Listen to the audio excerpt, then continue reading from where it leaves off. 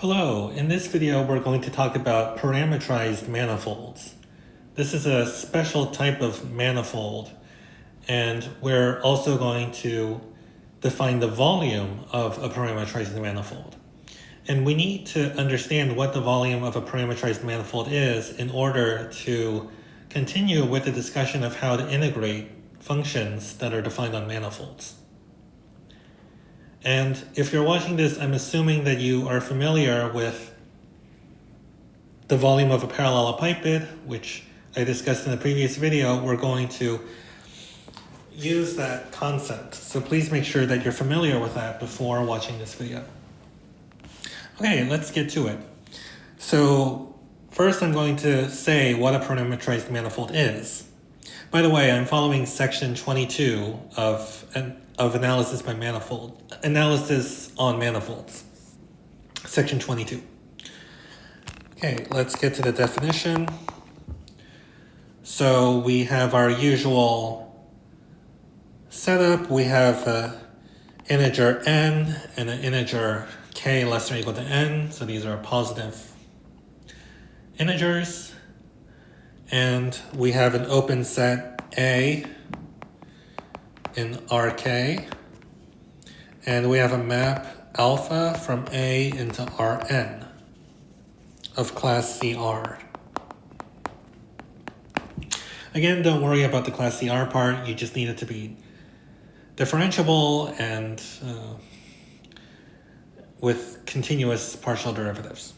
Okay. C1 is fine. Okay. But you can assume that alpha is C infinity for the purpose of understanding these definitions and theorems. So when you take the set Y, which is alpha of A, so that's the image of A under the map alpha, this set Y together with the map alpha, so you're keeping track of not just the set, but also the map alpha. This pair is called a parametrized manifold.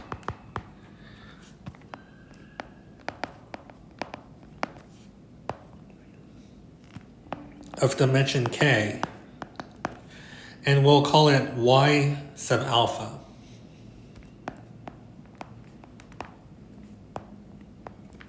So Y is the set, and then alpha is the map from A to Y. Okay, and then we define the volume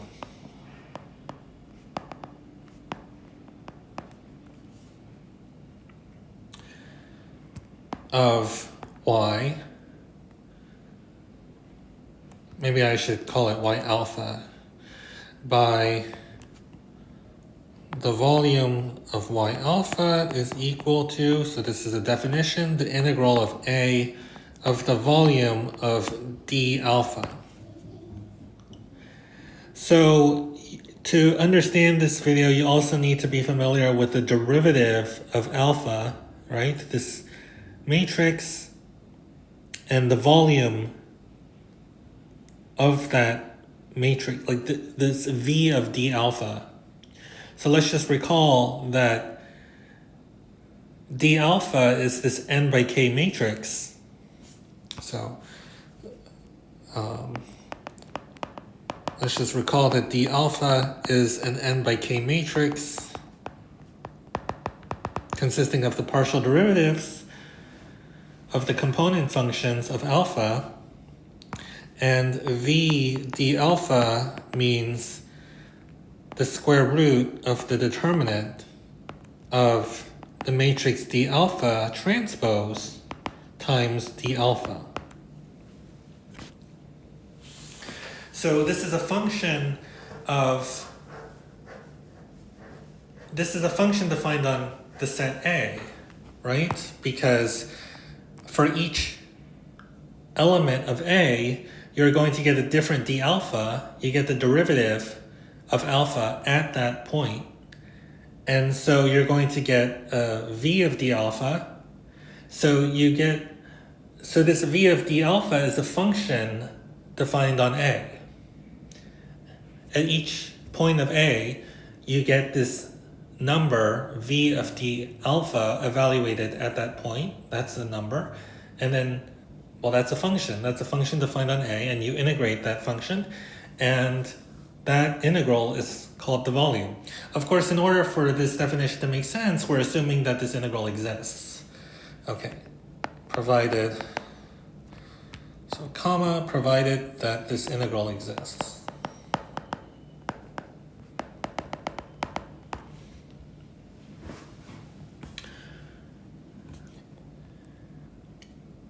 Actually, let's just to make it even clearer. So if alpha has components alpha 1 through alpha n, then what we're doing, and we're using the variables x1 through xk, then the matrix is the matrix with these entries.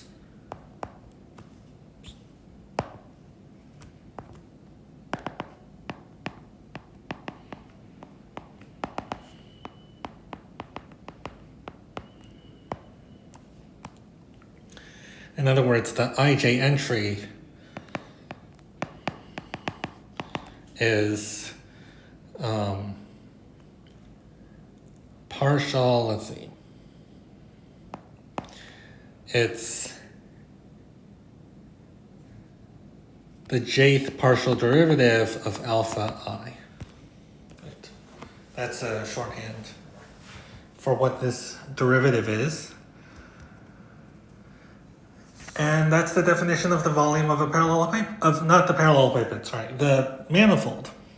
Now the question is, why is this a good definition? We'll do some examples of working with the definition, but first let's discuss the motivation for why we would define the volume to be this integral. Let's just look at the case when k is 2 and r is 3. So in the case when k is 2, and let's say that A is this rectangle, and you have a point, say A, which is A1, comma A2. So here's the x1 axis, here's the x2 axis, and you have a map alpha from this big rectangle into R3, and let's say that the image is like that. So, okay, let's say you have something like that. So this point A is going to go somewhere, say here, and this curve, if you take x2 to be fixed, is going to go to some curve, like maybe like this or something, and then this curve here is going to go to something like that. And this rectangle, let's say we take a rectangle like this, R, it's going to go to some curved thing, you know, maybe like this. So you're going to get this alpha of R like this. Okay.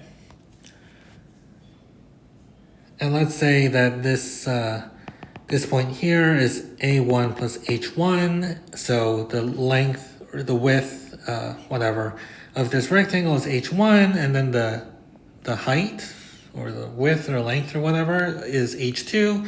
So then you get A2 plus H2 here. Right.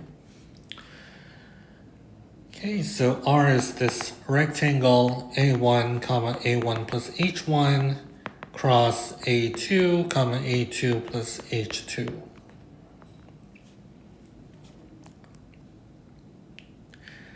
Now, if you look at the edges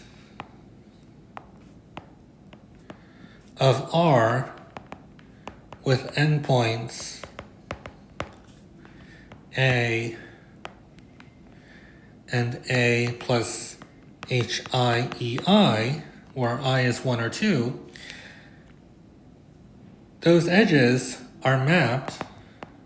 The edge is mapped by alpha to a curve in R3. Right? So this edge is going to go here. This edge is going to go here.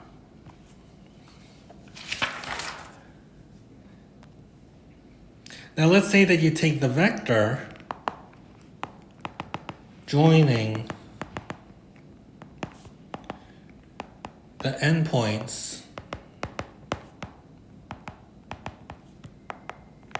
of this curve.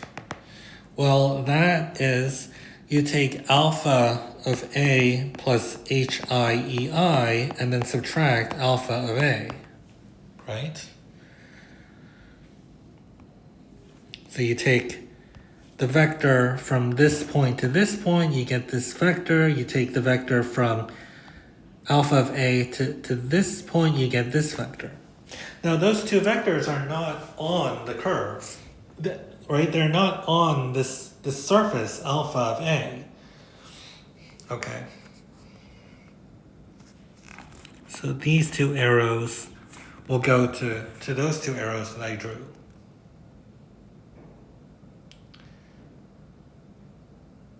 The endpoints of these, I'm drawing the vectors that go from alpha of A to the two endpoints of this sort of curved shape. That's this vector. Now recall that,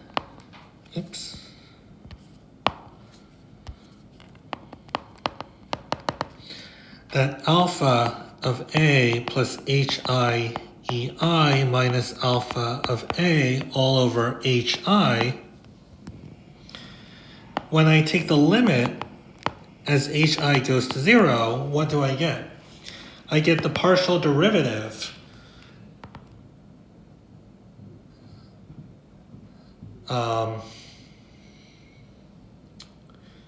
let's see. Yeah, I get the partial derivative of alpha with respect to I.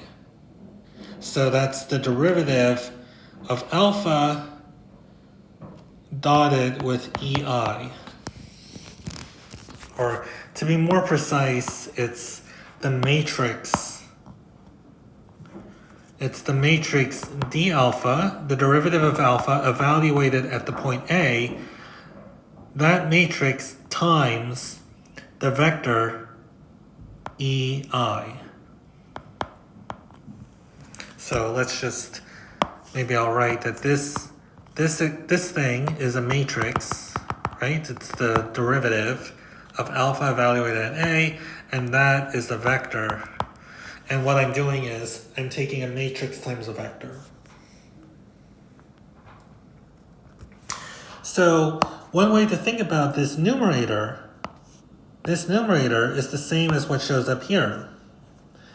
So alpha of A plus HIEI minus alpha of A is approximately HI times the partial derivative of alpha with respect to I evaluated at A. And let's call this, should I call this something? No, let's just leave it like this.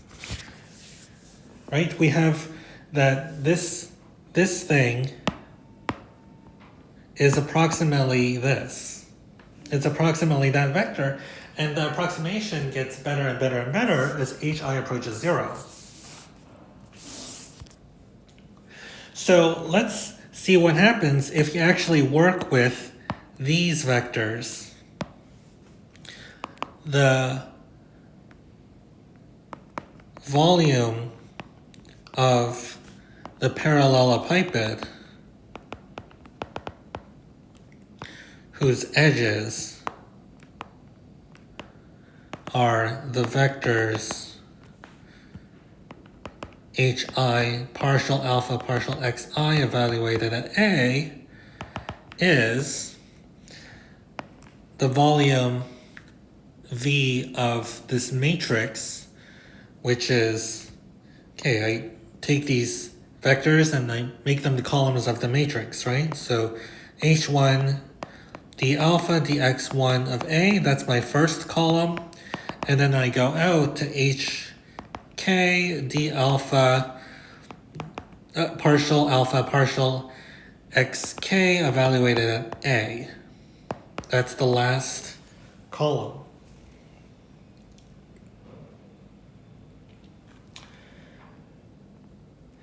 And let's call this matrix A. So this by definition is the square root of the determinant of A transpose A, right? That's how we define this V. And what's A transpose A? Well, A transpose A is what I get when I take this matrix A, transpose and multiply it by A. Well, the ij entry is going to be h sub I, h sub j times alpha with respect to xi. So partial alpha, partial xi evaluated at A, transpose times partial alpha, partial xj evaluated at A. That's the ij entry of this matrix. And I want to find the determinant of this.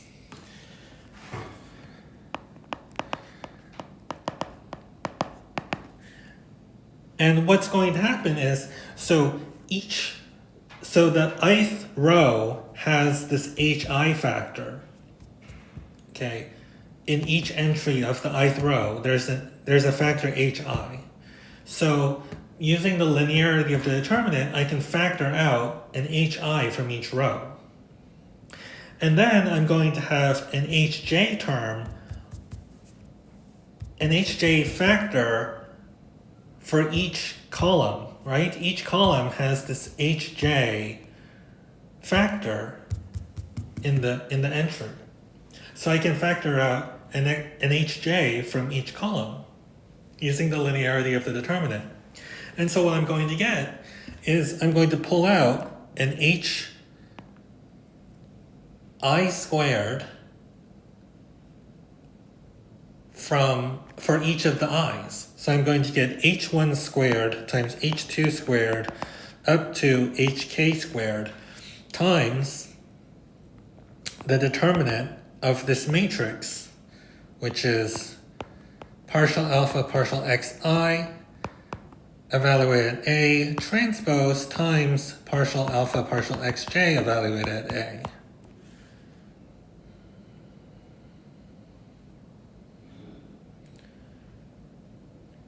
And what is this? Well, now I take the square root of this determinant to get the v, right? I have a square root here. So when I take the square root, so the square root of A transpose A, that's this v of A that I'm looking for. This, I take the square root of the h1 squared to hk squared, that just gives me h1 to hk. And then notice that this matrix here is d alpha evaluated at A transpose times d alpha evaluated at A. And when I take the square root of the determinant, I just get the v of that matrix. So it's v of d alpha.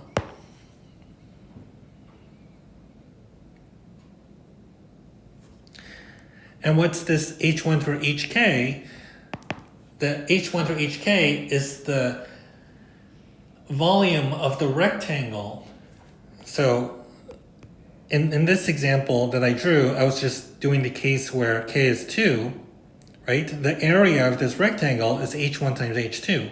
And in general, when I have rk instead of r2, then I have the volume of the rectangle, the k-dimensional rectangle. So h1 through hk is the volume of the rectangle R, and then I have the v of d alpha.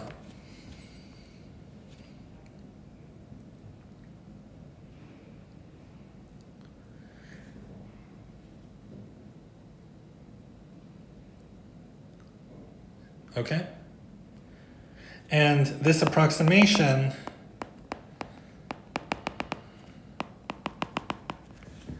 what is the approximation I'm talking about? That this is approximately that. That can be made as close as we want by choosing an appropriate partition. So this approximation can be made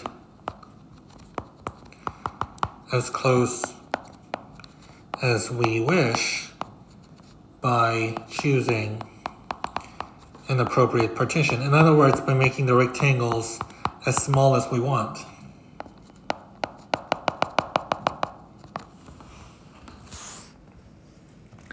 So what do we conclude?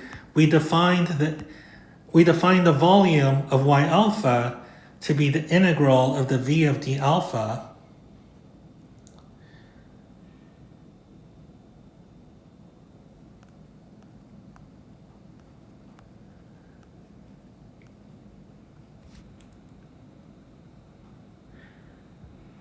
and let's see. What you would want to do, we get an approximation by summing over all the rectangles v of r, the rectangles r, times v of d alpha.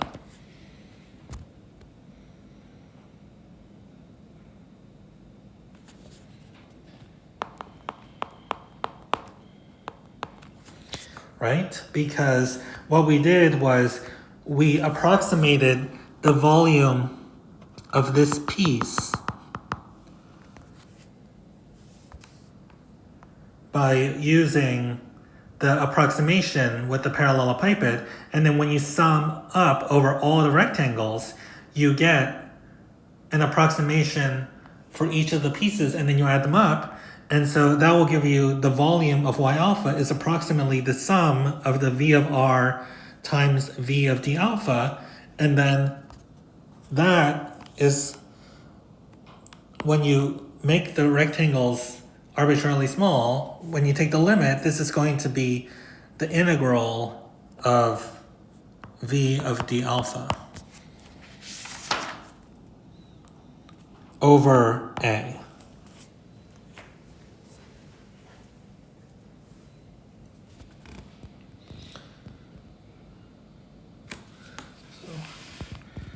So as the rectangles R become arbitrarily small,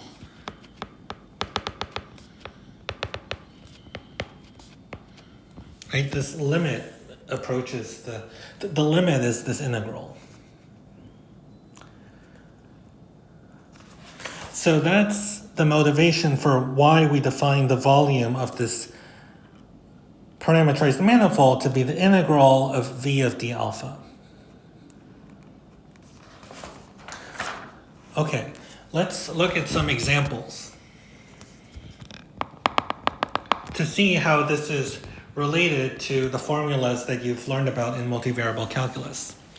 So let's say that A is an open interval from t0 to t1, so an open interval in R1, and let's say that you have a map alpha from A to Rn of class CR, then in this case, this set Y is called a parametrized curve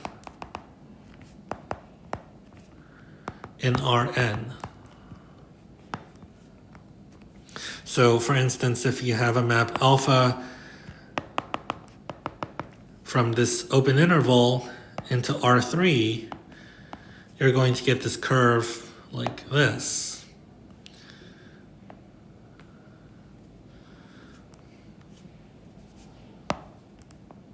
So that's a parametrized curve.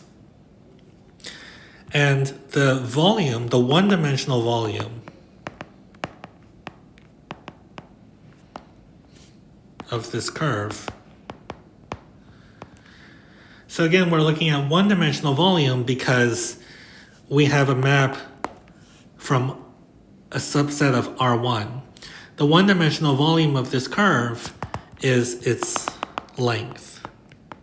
We can take that to be the definition of the length of a curve, the arc length. So what do you get when you use the formula that we get? We see that the volume, so this is our, let's give this map alpha, and then this set, the image is this y, right? And then this set y together with the map alpha is what we call y sub alpha. So v of y alpha is, by our definition, it's the integral from t0 to t1 of v of d alpha. Well, what is d alpha? D alpha, and just to emphasize, it's a function of t. So alpha is going from a subset of R1 to Rn, and so d alpha is an n by 1 matrix, right? And you take the partial derivatives, so it's alpha 1 of t up to alpha n of t.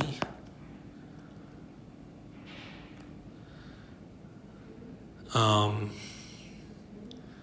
see, partial alpha, partial. These are the partial derivatives. Oh, this is, I should change the notation. Alpha sub x1. So, okay, I'll just use this notation. Partial alpha, partial x1, up to partial alpha n, nope. Up to partial alpha, partial xn of t. And this v of d alpha, okay, I'm leaving out the of t. I mean, this is a function of t. This v of d alpha is the square root of the transpose of this matrix times the matrix.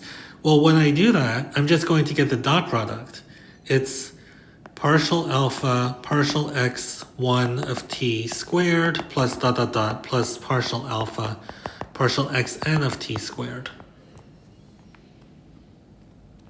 And so this volume is the integral from t0 to t1 of the square root of alpha sub x1 of t squared plus dot dot dot plus alpha sub xn of t squared. This alpha sub x1 to alpha sub xn, that's the notation for partial derivative. Yeah. And then, you know, if you want, you can include this dt. But the notation I'm using, I don't have this dt. So you see that this, and this is the formula that you probably have learned for the arc length of a curve, right? You take the, this square root of the sum of the squares. If we think of this alpha as this particle that's moving, this would be the speed. And the arc length is the integral of the speed. So we do get the arc length of the curve. I don't know why they call it arc length and not just length. I mean, it's the same thing. I think this is just an old-fashioned term, and then people just stick with it. But there's no difference between arc length and length, in case you're wondering. Okay, so our definition generalizes in the case when k is 1, you get the arc length. That's the volume, the one-dimensional volume of the curve is the arc length. What about when you have k equals 2 and n equals 3? Well, in this case, so you have a map from some open set in R2 to R3. And then the volume of the y alpha is going to be the integral over A of V of D alpha, like we had before. This is just the definition. But one of the things that I mentioned is that this is the same as the the magnitude of the cross product of the vectors whose columns are the columns of D alpha. So D alpha is going to have, the first column is going to be say alpha sub u, and then the second column is going to be, say, alpha sub v, and then the thing I get is the magnitude of the cross product of alpha u cross alpha v. And then sometimes, we include this dA here. And this is the surface area of the set alpha of A. Again, this dA here is sort of extra. It's not an essential part of the definition. So in the case where k equals 2 and n equals 3, you get the surface area. And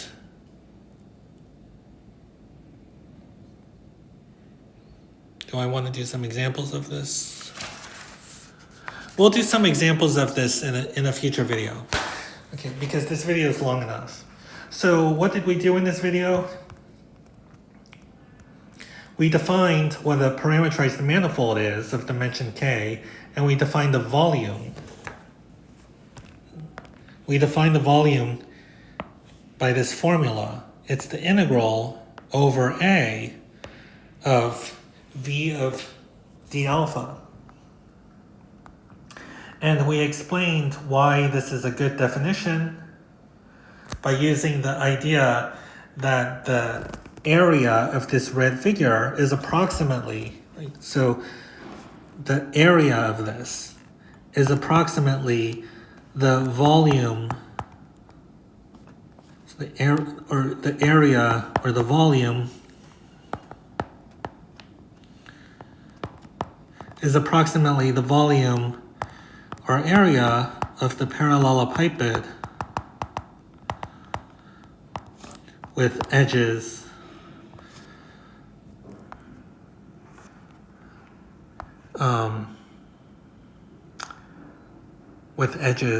partial alpha, partial xi evaluated at A. That's the point. And that led us to understand how we get this formula, why it's a good definition, and then we looked at some examples in the case when you have an open interval in R1 as your A, then your volume, the one-dimensional volume, is just the arc length, and then in the case when k equals 2, the volume of the manifold is just the surface area. It's the area of the surface.